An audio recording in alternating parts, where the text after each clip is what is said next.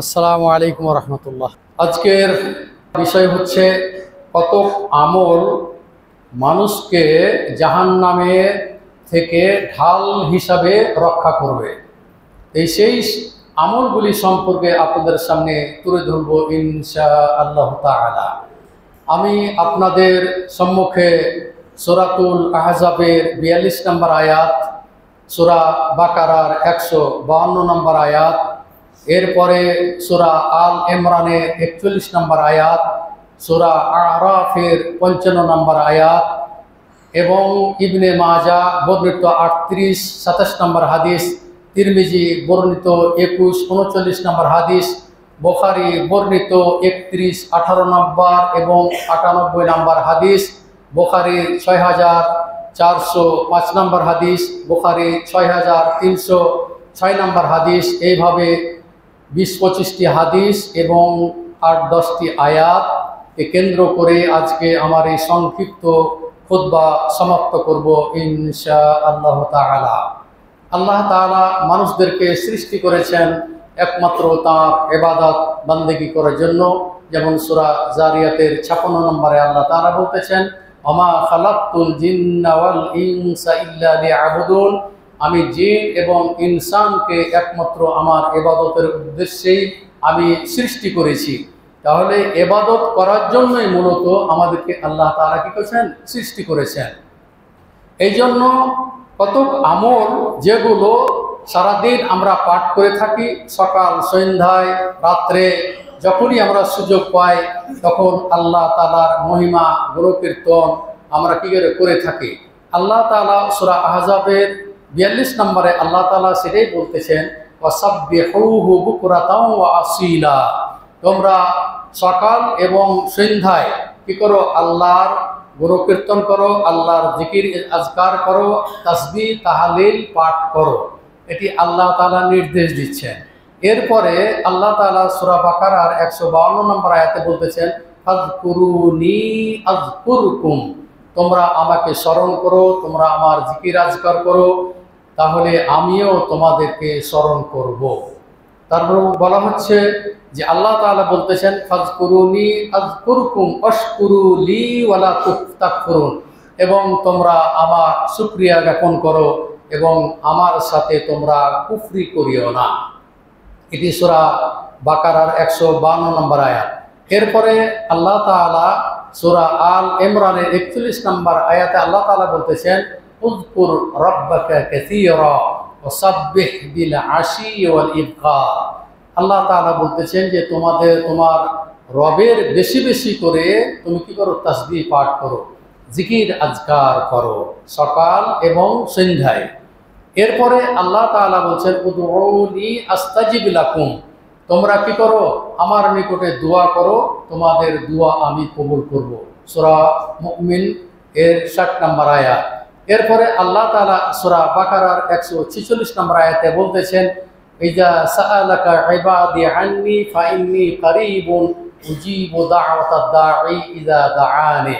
বলা হচ্ছে যে মুহাম্মদকে উদ্দেশ্য করে বলতেছেন, যখন তোমাকে আমার ব্যাপারে যখন জিজ্ঞেস করবে তখন তুমি বলে দাও আমি বান্দার সন্নিকটেই আছি, এবং আহ্বানকারী আমার নিকটে আহ্বান করলে, আমার নিকটে দোয়া করলে আমি তাদের দোয়া আমি কবুল করব, তাদের আহ্বানে আমি সাড়া দিব। এরপরে আল্লাহ তাআলা সূরা আরাফের 55 নম্বর আয়াতে আল্লাহ তাআলা বলতেছেন, উদউ রাব্বাকুম তাদাররুআন ওয়া খুফিয়াতান, তোমরা আল্লাহর নিকটে দোয়া করো, আল্লাহর নিকটে প্রার্থনা করো অতীব বিনয়ের সাথে এবং চুপে চুপে, চিৎকার করে না, চুপে চুপে একাকী আল্লাহর নিকটে দোয়া করার জন্য আল্লাহ রাসূল আল্লাহ তাআলা কি করতেছেন? নির্দেশ দিচ্ছেন। দেখুন সূরা আরাফের 55 নম্বর আয়াত। এরপরে আল্লাহ রাসূল সাল্লাল্লাহু আলাইহি ওয়াসাল্লাম বলছেন, ইবনে মাজাহ বর্ণিত হাদিস 38-27 নম্বর হাদিস, আল্লাহ রাসূল সাল্লাল্লাহু আলাইহি ওয়াসাল্লাম বলছেন, মাল্লাম ইয়াদউল্লাহা গাযিবা আলাইহি, যে ব্যক্তি আল্লাহর নিকটে প্রার্থনা করে না, আল্লাহর নিকটে দোয়া করে না, আল্লাহ তাআলা তার উপরে রাগান্বিত হন। তারপরে কি করেন? রাগান্বিত হন। তাহলে এই যে দোয়া, জিকির, আজকার, যে যেমন জিকির কি জিনিস? জিকির হলো যে যে সমস্ত বিদআতীরা যে জিকিরগুলো করে সেগুলো আসলে জিকির নয়। জিকির হলো আল্লাহ রসুল সাল্লাল্লাহু আলাইহি ওয়াসাল্লাম যেভাবে তিনি বলেছেন ঠিক সেইভাবেই আমাদেরকে জিকির করতে হবে। যেমন আল্লাহ রসুল সাল্লাল্লাহু আলাইহি ওয়াসাল্লাম বলছেন, আফদালু যিকরি লা ইলাহা ইল্লাল্লাহ ওয়া আফজালু দুআই আলহামদুলিল্লাহ। সর্বোত্তম জিকির হচ্ছে কি লা ইলাহা ইল্লাল্লাহ, লা মা'বুদা বিহাক্কিন ইল্লাল্লাহ, আল্লাহ ছাড়া কোনো সত্য মা'বুদ নেই। এটি হলো সর্বোত্তম জিকির। এবং সর্বোত্তম দোয়া হচ্ছে আলহামদুলিল্লাহ। আপনি যে অবস্থাতেই থাকুন না কেন, যদি আপনি আলহামদুলিল্লাহ বলেন, এটা কি আল্লাহ রাসূল সাল্লাল্লাহু আলাইহি ওয়াসাল্লাম সর্ব উত্তম দোয়া হিসাবে তিনি কি করেছেন, এটা বলেছেন।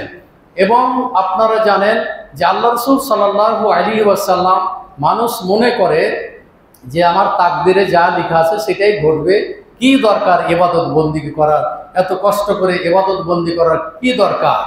এই ধরনের লোকের ব্যাপারে বলা হচ্ছে যে তাকদীর কিন্তু এমন একটি জিনিস যেটি আল্লাহ ছাড়া কেউ জানে না। তাকদীর পরিবর্তন হয়, এটা অনেকেই জানে না। কিসের মাধ্যমে পরিবর্তন হয়?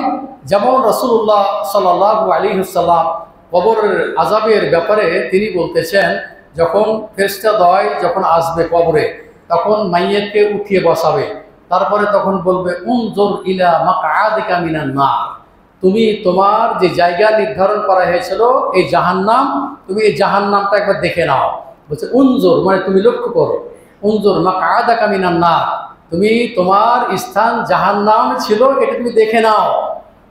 কাদ আবদালাকাল্লাহু মাকআদাম মিনাল জান্নাহ, আর আল্লাহ তাআলা এই জাহান্নামের স্থানকে পরিবর্তন করে তোমার জন্য জান্নাতের স্থান কি করছে, নির্ধারণ করে দিয়েছেন। ফায়ারাহুমা জামিআন, তারপরে সে দুভয়টি দেখতে পাবে, জাহান্নামও দেখলো জান্নাতও দেখলো। তাহলে এখান থেকে কি বুঝলেন? এখান থেকে বোঝা গেল যে তার স্থান ছিল জাহান্নাম। আল্লাহ তাআলা তার কোনো সৎ আমলের মাধ্যমে, কোনো ভালো কাজের মাধ্যমে আল্লাহ তাআলা তাকদীরকে কি করেছেন, পরিবর্তন করে দিয়েছেন, যার ফলে সে কি করলো, জাহান্নামী থেকে আল্লাহ তাআলা থেকে জান্নাতি করলেন। তাহলে তাকদীর পরিবর্তন হয় আমলের কারণে, তাকদীর পরিবর্তন হয় আল্লাহর নিকটে চাইলে, আল্লাহর নিকটে প্রার্থনা করলে আল্লাহ তাআলা তাকদীর কি করে পরিবর্তন করে দেন। যেমন একটি হাদিসে, তিরমিজি বর্ণিত হাদিস 2139 নম্বর হাদিস, আল্লাহ রাসূল সাল্লাল্লাহু আলাইহি ওয়াসাল্লাম বলছেন, লা ইয়ারুদ্দুল কাযা ইল্লা দুআ। বলা হচ্ছে যে ভাগ্যকে, তাকদীরকে কোনো জিনিসই পরিবর্তন করতে পারে না একমাত্র দোয়া। একমাত্র কি দোয়ার মাধ্যমে, আল্লাহর নিকটে প্রার্থনা করার মাধ্যমেই কি হয়, তাকদীর পরিবর্তন হয়। তো এইভাবে তাকদীর পরিবর্তন হয়ে যায়। এরপর আল্লাহ রাসূল সাল্লাল্লাহু আলাইহি সাল্লাম বলছে, ওয়ালা ইয়াজিদু ফিল উমুরি ইল্লাল বিরর, বলছে সৎ আমলের মাধ্যমে কি হয়, মানুষের এই বয়স বৃদ্ধি হয়। তাহলে বয়স একটা নির্দিষ্ট সময় আছে, যেমন আল্লাহ তাআলা বলতেছেন, ইযা জাআ আজালুহুম লা ইস্তাখিরুনা সাআতাও ওয়া লা ইস্তাকদিমুন লিকুল্লি উম্মাতিন আজালুন। সূরা নাহলের 61 নম্বর আয়াত এবং সূরা এই ইউনূসের 49 নম্বর আয়াত। তো এগুলো তাকদীর সম্পর্কে বা আজাল, মানুষের নির্দিষ্ট সময়তেই মৃত্যু হবে, তাহলে এটি নির্ধারিত। কিন্তু আল্লাহ তাআলাও তার ইলমিয়াতে কোনো জিনিসের বয়সকে, আল্লাহ কোনো ব্যক্তির বা কোনো মানুষের বয়সকে আল্লাহ বৃদ্ধি করতে পারেন। যেমন আল্লাহ রাসূল সাল্লাল্লাহু আলাইহি সাল্লাম বলছেন, সিলাতুর রাহিম ইয়াজিদু ফিল উমর, আত্মীয়তার সম্পর্ক রাখলে কি হয়, বয়স বৃদ্ধি হয়ে যায়, আল্লাহ তাআলা বয়স বৃদ্ধি করে দেন। তাহলে আত্মীয়তার সম্পর্কে রাখার ব্যাপারে, সম্পর্ক অক্ষুণ্ণ রাখার ব্যাপারে আল্লাহ রাসূল সাল্লাল্লাহু আলাইহি সাল্লাম কঠোর হুঁশিয়ারি উচ্চারণ করেছেন। আল্লাহ রাসূল বলছেন, লা ইয়াদখুলুল জান্নাতা কাতি', সম্পর্ক ছিন্নকারী জান্নাতে যাবে না। এক লোক বলছে, হে আল্লাহ রাসূল, আমার সাথে তো তারা দুর্ব্যবহার করে, আমার আত্মীয় স্বজন আমার সাথে দুর্ব্যবহার করে, তারপর আমার উপর জুলুম করে, অত্যাচার করে। তা আল্লাহ রাসূল সাল্লাল্লাহু আলাইহি সাল্লাম বলছেন, আহসিন ইলাইহিন্না, তুমি তাদের সাথে কি করো, উত্তম আচরণ করো, তাদের সাথে সৎ ব্যবহার করো, মুআমালা, তোমার আচরণ চলাফেরা তুমি ভালো করো। তারা যদি তোমার সাথে খারাপ ব্যবহার করে, তোমার সাথে তোমার প্রতি জুলুম অত্যাচার করে, তারপর আল্লাহ রাসূল বলেন ফাআহসিন ইলাইহিম, তুমি তাদের সাথে সৎ ব্যবহার করো। আল্লাহ রাসূলের কেমন শিক্ষা দেখুন। আপনার সাথে দুর্ব্যবহার করছে। কিন্তু এই জন্য আল্লাহ রাসূল বলছেন যে লা ইয়াদখুলুল জান্নাতা কাতি', আত্মীয়তার সম্পর্ক ছিন্নকারী জান্নাতে যাবে না।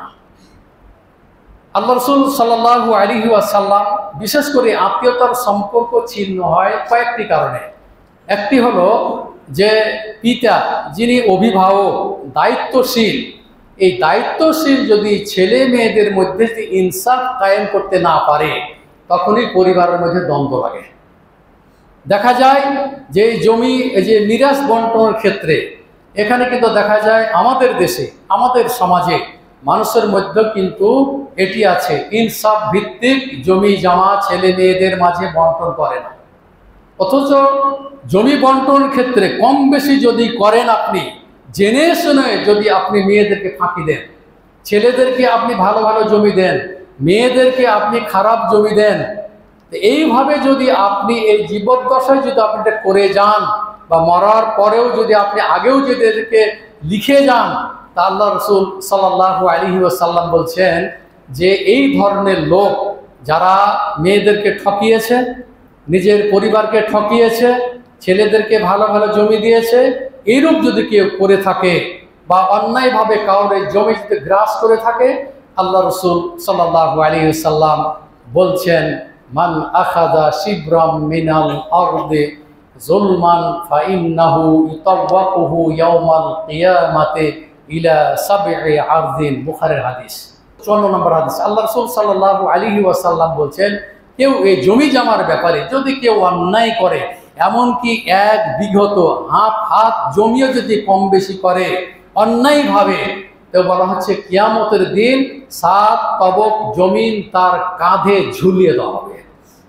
এরপরে আল্লাহ রাসূল সাল্লাল্লাহু আলাইহি ওয়াসাল্লাম, বুখারী হাদিস 44 নম্বর হাদিস, আল্লাহ রাসূল সাল্লাল্লাহু আলাইহি ওয়াসাল্লাম বলছে মান আখাযা মিনাল আরদি শাইয়ান বিগাইরি হাক্কিহি খুসিফা বিহি ইয়াউমাল কিয়ামাতি মিন সাবঈ আরদিন। আল্লাহ রাসূল সাল্লাল্লাহু আলাইহি ওয়াসাল্লাম বলছেন যে অন্যায়ভাবে যদি কেউ যদি কি করে, সম্পদ যদি কম বেশি করে, অন্যায়ভাবে যদি গ্রাস করে, আল্লাহ রাসূল সাল্লাল্লাহু আলাইহি ওয়াসাল্লাম বলছেন যে 7 তবক জমিনে ওখানে কি যে ঘাড়ে বা কাঁধে ঝুলিয়ে দেওয়া হবে, আর এখানে বলেছে 7 তবক জমিনে তাকে ধসিয়ে দেওয়া হবে। বুখারীর হাদিস। তো এই সম্পদ নিয়ে আপনি করবেন কি? এই সম্পদ যতদিন আপনি বেঁচে থাকবেন, আল্লাহ রাসূলের কথা চিরসত্য। আল্লাহ রাসূল সাল্লাল্লাহু আলাইহি ওয়াসাল্লাম বলছেন যে লাউ আন্না ইবনা আদম উতিয়া ওয়াদিয়ান মালআন মিন যাহাবিন। বুখারীর হাদিস। আল্লাহ রাসূল সাল্লাল্লাহু আলাইহি ওয়াসাল্লাম বলছেন যে কোনো মানুষকে যদি স্বর্ণ সমপরিমাণ যদি পাহাড় দেওয়া হয়, অর্থাৎ পাহাড়ের স্বর্ণ যদি তাকে দেওয়া হয়, আহাব্বা ইলাইহি সানিয়া, তাইলে ওইরূপ আরেকটি পাহাড় পাওয়ার জন্য সে উদ্গ্রীব হয়ে যাবে যে আরেকটি পাহাড়, স্বর্ণের পাহাড় আমি কিভাবে উপার্জন করব, কিভাবে আমি সংগ্রহ করব। আলা ওয়ালাম উতিয়া সানিয়ান, বলা চলালো উতিয়া সানিয়ান, যদি ওইরূপ দ্বিতীয়টি পাহাড় সমপরিমাণ স্বর্ণ যদি দেওয়া হয়, আহাব্বা ইলাইহি সালিসান, তাহলে তৃতীয়টি পাওয়ার জন্য ওইরূপ সে কি মানে আগ্রহী থাকবে। এরপরে আল্লাহ রাসূল সাল্লাল্লাহু আলাইহি ওয়াসাল্লাম হাদিসের শেষাংশে বলছেন, আল্লাহ রাসূল বলছেন হাদিসের শেষাংশে যে লা ইয়াসুদ্দু জাওফা ইবনে আদম ইল্লা তুরাব, মানে মরলেই তার আশা আকাঙ্ক্ষা শেষ। যখনই মাটি চাপা দিবে, কবরে যখন তাকে রাখা হবে, সব আশা আকাঙ্ক্ষা শেষ হয়ে যাবে, সর্বনাশ হয়ে যাবে। তাহলে এই সম্পদ আপনি অন্যায়ভাবে গড়ে তুললেন, অন্যায়ভাবে আপনি বন্টন করলেন। আপনি জানেন যে আপনার ছেলে মারা গিয়েছে, কিন্তু আপনার পোতারা বেঁচে, পোতা বলা হয় ছেলের ঘরের যে সন্তান, এগুলোকে এইসব অঞ্চলে বা মালদহ, ইন্ডিয়া, রাজশাহীর কিছু অংশে পোতা বলে, আর নাতি অর্থাৎ ছেলের ঘরের নাতি এইভাবে বলে, আর আমাদের এলাকাতে সরাসরি পোতা। তো এখন যদি দেখা যায় যে দাদা বেঁচে আছে, ছেলে একটা মারা গেলে, কিন্তু ছেলেরা আছে, মানে পোতারা বেঁচে আছে, শরীয়তের বিধান হলো যে এই পোতারা কিন্তু অরেস সূত্রে জমি পাবে না। এটা হলো শরঈ আইন। কিন্তু মানব রচিত আইন, যেটা আইয়ুব খান করে গেছিল পাকিস্তানে মাজলুম মিরাজ বলে, সেটা হলো যে পোতারা অরেস হবে, মানে তারা অসহায়, তারা এতিম, তারা পাবে না কেন? এটা হলো আপনার যুক্তি, কিন্তু শরীয়ত যেটি সেটা বলছে যে না, পোতারা ওই দাদার সম্পত্তি পাবে না, কারণ তারা হচ্ছে আবাদ, তারা হচ্ছে ওয়ারিস থেকে দূরে। ওয়ারিস হলো ছেলেরা, তো ছেলে নেই মারা গেছে, এখন এরা বঞ্চিত হয়ে যাবে। তাহলে শরীয়ত কি বৈষম্য কি? তাহলে কি বৈষম্যভাবে কি তিনি নির্দেশ দিয়ে গেছেন? না, কখনো না। এখানে একটি সুযোগ করে দেওয়া হয়েছে, দাদা ইচ্ছা করলে, যেহেতু সে ওয়ারিস নয়, আর ওয়ারিসদেরকে ওসিয়ত করা যাবে না। আপনি আপনার ছেলেকে আপনি ওসিয়ত করতে পারবেন না যে তোমাকে 2 বিঘা জমি দিয়ে দিলাম, আরেকজনকে আপনি দিলেন, এটা আপনি করতে পারেন না। লা ওয়াসিয়াতা লিওয়ারিসিন, ওয়ারিসের জন্য কোনো ওসিয়ত নেই। তবে এই যে পোতা, যেটা নাতি, এদেরকে আপনি ওসিয়ত করতে পারবেন, কারণ এরা ওয়ারিস নয়। সেই হিসাবে যদি বন্টন হিসাবে ও 5 বিঘা পায়, তাহলে দাদা ইচ্ছা করলে তাকে 10 বিঘা দিতে পারে। এবং চাচাদেরও উচিত হাদিস মেনে, যদি দাদা না দিয়ে থাকে, তাহলে ওই চাচারাই ওই ভাতিজাদেরকে যে পরিমাণ পাবে তার থেকে বেশি দরকার হলে তারা দিবে। এটা হলো বিধান, এটা হলো শরঈ বিধান। কিন্তু আমাদের মানব রচিত যে পদ্ধতি, সেটি হলে যদি পোতা যদি কেস করে তাহলে জমি পেয়ে যাবে, কারণ এটা করে গেছে আইয়ুব খান, এবং এই পদ্ধতি আমাদের দেশেও চলতেছে। তো যা হোক, আমরা যেটা করব সেটা হলো আমরা শরীয়ত অনুযায়ী আমাদের জীবনটাকে অতিবাহিত করার আমরা চেষ্টা করব। এবং আপনি যখন তখন আপনি আয়াত করছেন যে চুরি করলে হাত কেটে নিতে হবে, এটা আপনাকে অধিকার দেওয়া হয় নাই। আপনি বলছেন আল্লাহ রাসূল তো মূর্তি ভাঙার নির্দেশ দিয়েছে, মূর্তি ভাঙতে আপনাকে নির্দেশ দেওয়া হয় নাই। আপনি নিজের আইন হাতে উঠিয়ে দিতে পারবেন না, কারণ হুদুদ যেগুলা দণ্ডবিধি, সে একমাত্র যদি কোনোদিন ইসলামী খেলাফত যদি আসে, শরঈ কোনো যদি বাদশাহ বা রাজা আসে, শুধুমাত্র সেই শরঈ আইন বা দণ্ডবিধি কার্যকর করতে পারবে। একটা লোক জেনা করেছে, পুরুষ লোক, এখন ওই রাস্তাতে কি করছেন? আপনি জুতা পরিয়ে মালা দিয়ে ওকে শাস্তি দিচ্ছেন। এই বিধান আপনি কোথায় পেলেন? ওইভাবে অপমান করার কোনো শরঈ বিধান নেই। শরীয়ত আসলে রজম করে হত্যা করতে হবে, কিন্তু রজম কে করবে? সরকার করবে, আপনি না। এই জন্য মানুষ জানে না। এই ধরনের করলে গ্রাম অঞ্চলে চুল কেটে, চুন কালি মাখিয়ে, জুতা পরিয়ে তারা কি করে? এভাবে শাস্তি ঘোরায় গ্রামে গঞ্জে। এটা কিন্তু শরীয়তও নিষেধ, এবং এটা এই মানবাধিকার হিসাবেও এটা গণ্য হবে। এই জন্য কেউ যদি কোনো চোরের হাত কাটে নেয়, আপনি কাটতে পারবেন না। কোনো ব্যভিচারীকে আপনি কি করতে পারবেন? হত্যা করতে পারবেন না, আপনি দৌড় লাগাতে পারবেন না। এটা করবে সরকার। সে পাপ করেছে, সরকার যদি না করে, পাপের প্রায়শ্চিত্ত সে ভোগ করবে। আপনি ওই পাপে অংশগ্রহণ আপনি করবেন না। আপনি ন্যায় ইনসাফ করেন না, আয়াত করলেন, হাত কাটান না, হাত কেটে দিলেন, এই অধিকার আপনাকে দেওয়া হয় না। এই জন্য দণ্ডবিধির যে বিধান, এটা কিন্তু অনেকেই জানে না, যার কারণে আমাদের গ্রাম অঞ্চলে বিশেষ করে এগুলোতে এই কী হয়ে থাকে, এই ধরনের তারা শাস্তি দিয়ে থাকে। এসব শাস্তি থেকে বেঁচে থাকার আপনি চেষ্টা করবেন। এক কথায় দণ্ডবিধির বিধান যেটি, একমাত্র সরকার এটি বাস্তবায়ন করবে। এখন আলীকে বলছে, হে আলী, তুমি কি করো? এই মূর্তিকে ভেঙে চুরমার করে দাও, কবর, উঁচু কবরকে ভেঙে তুমি কি করো? সমান করে দাও। এটা কে দিয়েছিল? আল্লাহ রাসূল নির্দেশ। তিনি শাসক, তিনি দেশের রাজা, তিনি নির্দেশ দিয়েছিলেন। কিন্তু আপনি এই হাদিস শোনার পরে যে মূর্তি ভাঙ্গাটা হাদিস এসে আপনি মূর্তি ভেঙে দেবো, কখনো না। এটা করতে পারবেন না আপনি। হিন্দুরা তাদের ধর্ম তারা পালন করবে, কিন্তু আপনি মূর্তি ভাঙতে পারবেন না, এটা নিষিদ্ধ। আল্লাহ রাসূল সাল্লাল্লাহু আলাইহি সাল্লাম বলছেন যে উম্মতের কতক মানুষ সতর্ক করছেন, যে আল্লাহ রাসূল বলছেন যে মিম্মা আতাখাওয়াফু আলা উম্মতি আইম্মাতাল মুদাল্লিন। আল্লাহ রাসূল বলছেন আমার উম্মতের মধ্যে সবচেয়ে আমি আশঙ্কা করতেছি, ভয় করতেছি পথভ্রষ্ট আলেমদেরকে। তারা বিদআত, শিরক, এগুলো তারা কি করবে? অহরহ এগুলো তারা করতে থাকবে। বিদাতি আলেম, দেখুন যে বিদাত চলে গেল আমাদের, সেই বিদাতে কত রকমের মিষ্টি, হালুয়া টালুয়া, কিয়াম, তারপরে দুরুদ পাঠ, আল্লাহ রসুলের রূহ হাজির হয়, ইত্যাদি ইত্যাদি। এগুলো সম্পূর্ণ শিরকি প্রথা। এগুলো সম্পূর্ণ শিরকি প্রথা। আল্লাহ রসুল বলছেন এই ধরনের পথভ্রষ্ট আলেমদের আবির্ভাব ঘটবে, যারা মানুষদেরকে পথভ্রষ্ট করে দেবে। এরপর আল্লাহ রসুল সাল্লাল্লাহু আলাইহি ওয়াসাল্লাম বলতেছেন যে ওয়াসাতা'বুদু কাবাইলু মিন উম্মতি আল আওসান, বলছে আমার উম্মতের মধ্যে কতক লোক যারা কি করবে মূর্তি পূজা করবে, তারা কি করবে মূর্তি পূজা করবে। আল্লাহ রাসূলের ভাষা এটা হলো সহিহ তারগিবের 22-34 নম্বর হাদিস।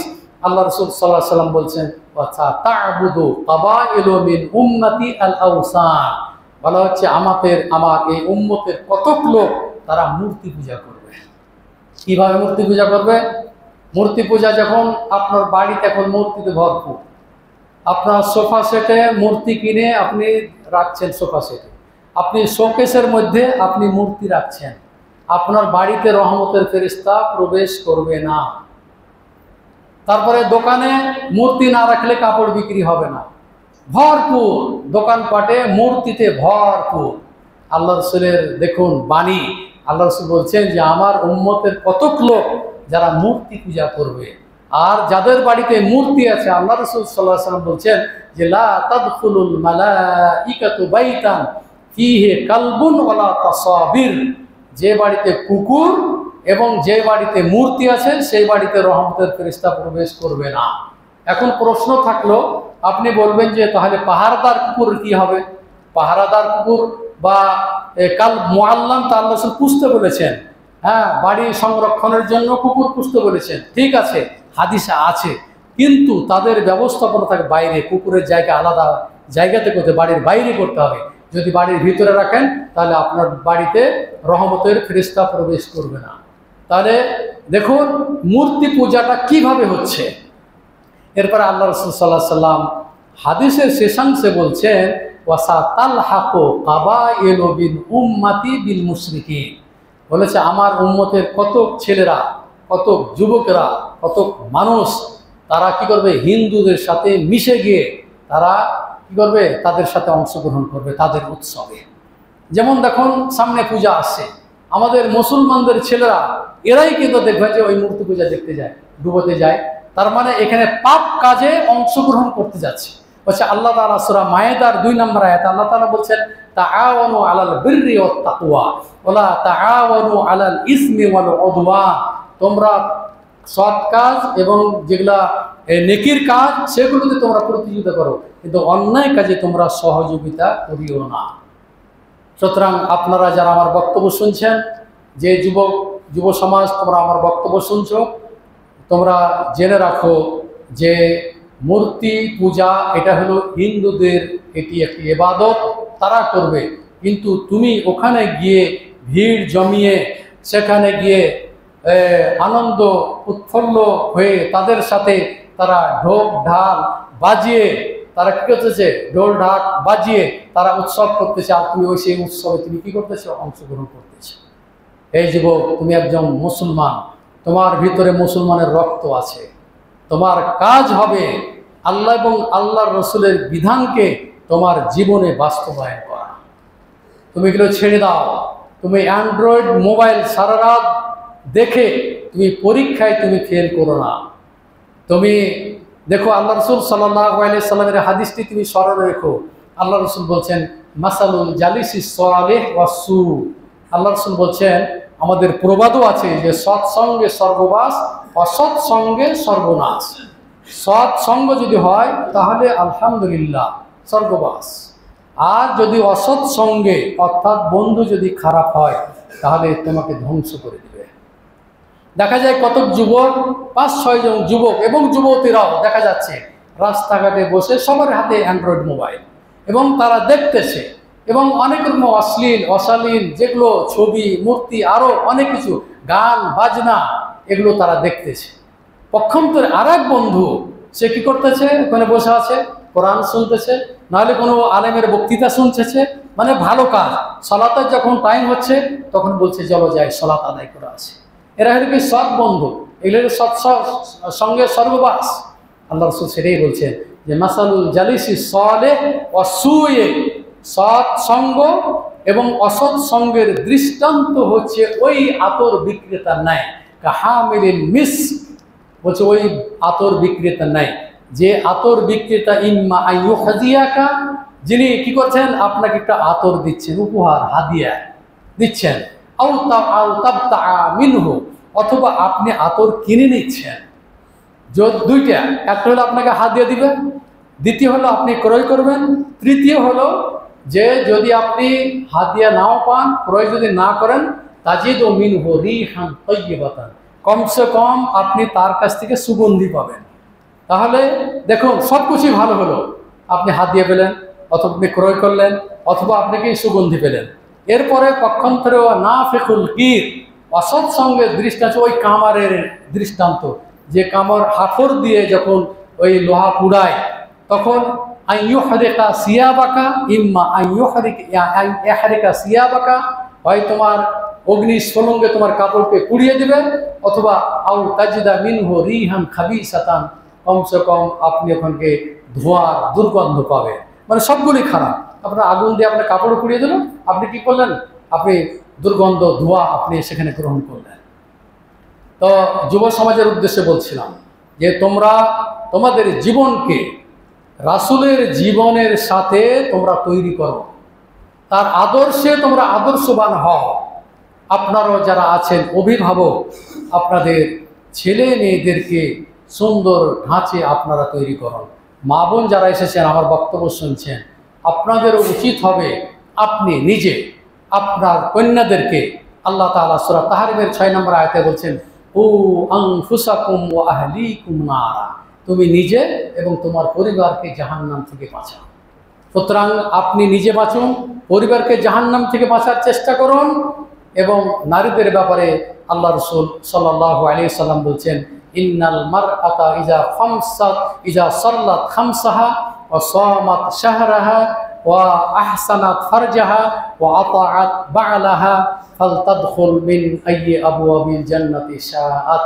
আল্লাহ রাসূল ওই নারী সম্পর্কে বলতেছেন, সুসংবাদ দিচ্ছেন, যে নারী 5 ওয়াক্ত সালাত আদায় করে, যে নারী রমজান মাসে সিয়াম পালন করে, যে নারী কি করে নিজের গুপ্তাঙ্গের হেফাজত করে, অর্থাৎ জেনা ব্যভিচার থেকে বেঁচে থাকে, এবং যে স্ত্রী স্বামীর আনুগত্য করে, আল্লাহ রাসূল সাল্লাল্লাহু আলাইহি সাল্লাম বলছেন ওই নারী জান্নাতের যে কোনো দরজা দিয়ে প্রবেশ করবে। তাহলে মা বোনদের যেন সুখবর আছে। পক্ষান্তরে স্ত্রীরা স্বামীর আনুগত্য করবে কথা ঠিক, কিন্তু পুরুষ শাসিত সমাজে দেখা যায় যে একটি স্ত্রী যদি সামান্যতম ত্রুটি করে তাহলে মারপিট শুরু করে, গালিগালাজ শুরু করে। অথচ স্ত্রীকে ভালোবাসা দিয়ে তার খেদমত নেওয়ার চেষ্টা করবেন। অতএব স্ত্রীকে কোনো সময় প্রহার করার চেষ্টা করবে না, কোনো সময় গালিগালাজ করার চেষ্টা করবে না, তাদের সাথে সুন্দর আচরণ, সুন্দর ব্যবহার করবেন। বাড়ি যখন যাবেন এই জুমা পড়ে, তখন গিয়ে সালাম দিবেন, আসসালামু আলাইকুম। এটি হলো আদর্শ। আপনার স্ত্রী যখন সালামের উত্তর দিবে, ওয়া আলাইকুম আসসালাম। শান্তি তো কামনা করতে হবে নিজের আগে। আপনি আপনার পিতাকে দেখে তুমি আর এক রাস্তায় কেটে পড়ছো কেন? পিতা কি তোমার সালামের হক রাখে না? শান্তি কামনা করছে, আসসালামু আলাইকুম, আপনার উপরে আল্লাহর পক্ষ থেকে শান্তি অবতীর্ণ হোক, একটু সুন্দর দোয়া। ছেলে কি জন্য বাবাকে সালাম দিবে না? বাবাকে সালাম দিতে হবে, আসসালামু আলাইকুম, এবার সালাম দিতে হবে, সালামের উত্তর দেবে। এগুলো কিন্তু আরব কান্ট্রিগুলোতে আছে, ব্যাপক হারে আছে, আমাদের দেশে এটা নাই। মানে বাপকে দেখলে, পিতাকে দেখলে আর এক রাস্তায় কেটে পড়ে। এই ধরনের আমাদের সমাজ। যুবক, তোমাদেরকে বলতেছি, আসো আল্লাহর পথে ফিরে আসো। বিশেষ করে 5 ওয়াক্ত সালাত আদায় করো, সৎসঙ্গ বন্ধু যেগুলো সেগুলোকে গ্রহণ করো। ইনশাআল্লাহ আশা করি তোমার পরিবার একটি আদর্শ পরিবার হিসেবে গড়ে উঠবে ইনশাআল্লাহ তাআলা। আমি সকলের জন্য দোয়া করতেছি। যে সমস্ত ভাইয়েরা অসুস্থ আছেন তাদের সুস্থতার জন্য দোয়া করতেছি। আযহিবিল বাস রব্বান নাস ওয়াশফি আনতা শাফি লা শিফা ইল্লা শিফাউকা শিফা আল্লাহ ইগাদিরু সাকামা। আপনাদের চিকিৎসা করতে নিষেধ নেই, চিকিৎসা করবেন। তারপরেও আপনারা সূরা মুআউযিজাত, কুল আউযু বিরাব্বিল ফালাক, কুল আউযু বিরাব্বিন নাস, কুল হুয়াল্লাহু আহাদ বলে কী করবেন?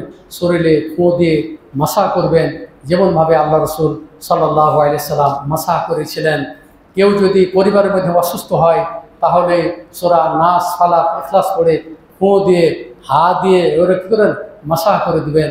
ইনশাআল্লাহ হতে পারে ভালো হয়ে যায়। দেখা যায় মেডিকেল থেকে আপনাকে ফেরত দিয়েছে, ভালো হচ্ছে না, কিন্তু আপনি এই শরঈ দুয়ার মাধ্যমে, শরঈ চিকিৎসার মাধ্যমে আপনি কী করবেন? চিকিৎসা করবেন। আল্লাহ রাসূল সাল্লাল্লাহু আলাইহি ওয়াসাল্লাম বলছেন, যে তোমরা দানের মাধ্যমে, সাদকার মাধ্যমে, দাউ মারদাকুম, তোমাদের অসুস্থ ব্যক্তিদেরকে তোমরা কি করো, সাদকার মাধ্যমে তোমরা চিকিৎসা করো। তার মানে সাদকা দিলে কি হয়ে যায়, মানে অসুখ ভালো হয়ে যায়। আল্লাহ তাআলা অসুখ বালা মুসিবত দূরীভূত করে দেন। এই জন্য আল্লাহ রসুল সাল্লাল্লাহু আলাইহি ওয়াসাল্লাম বলছেন, এই হাদিসগুলি আমি শেষ করবো। আল্লাহ রসুল বলছেন খুযু জুন্নাতাকুম, আল্লাহ রসুল বলছেন যে তোমরা ঢাল কি করো, গ্রহণ করো। তখন সাহাবারা যে ক্বালু আদুবুন হাজারা, বলছে হে আল্লাহ রসুল, শত্রু কি উপস্থিত হয়ে গেছে? আর লা লাকিন্না জান্নাতাকুম মিনান নার, বলা হচ্ছে যে জাহান্নাম থেকে বাঁচার জন্য তোমরা ঢাল গ্রহণ করো। ফাকুলু, তোমরা বলো সুবহানাল্লাহি আলহামদুলিল্লাহি ওয়া লা ইলাহা ইল্লাল্লাহু আল্লাহু আকবার। এটাই হচ্ছে জাহান্নাম থেকে বাঁচার জন্য এটি ঢাল। আল্লাহ রাসূল বলছেন যে সুবহানাল্লাহি আলহামদুলিল্লাহি ওয়া লা ইলাহা ইল্লাল্লাহু আল্লাহু আকবার ফাইন্নাহুন্না ইয়াতিনা ইয়াউমাল কিয়ামা, এগুলো কিয়ামতের দিনে আসবে মুজান্নিবাতুন, ঢাল স্বরূপ হয়ে, মুআক্কিবাতুন, ডান দিক থেকে, সামনে থেকে, পিছন দিক থেকে এই কালেমা এসে আপনাকে জাহান্নাম থেকে রক্ষা করবে। বলছে ওয়াহুন্নাল বাকিয়াতুস সালিহাত, আর এটি হচ্ছে আপনার স্থায়ী কি আমল। এই সমস্ত দোয়াগুলো সুবহানাল্লাহি ওয়া বিহামদিহি, এই অংশটুকু শুধু সুবহানাল্লাহি ওয়া বিহামদিহি, আল্লাহ রাসূল বলছেন মান ক্বালা সুবহানাল্লাহি ওয়া বিহামদিহি ফিল ইয়াউমি মিয়াতা মাররাতিন হুত্তাত খাতায়াহু ওয়া ইন কানাত মিসলা জাবাদিল বাহর।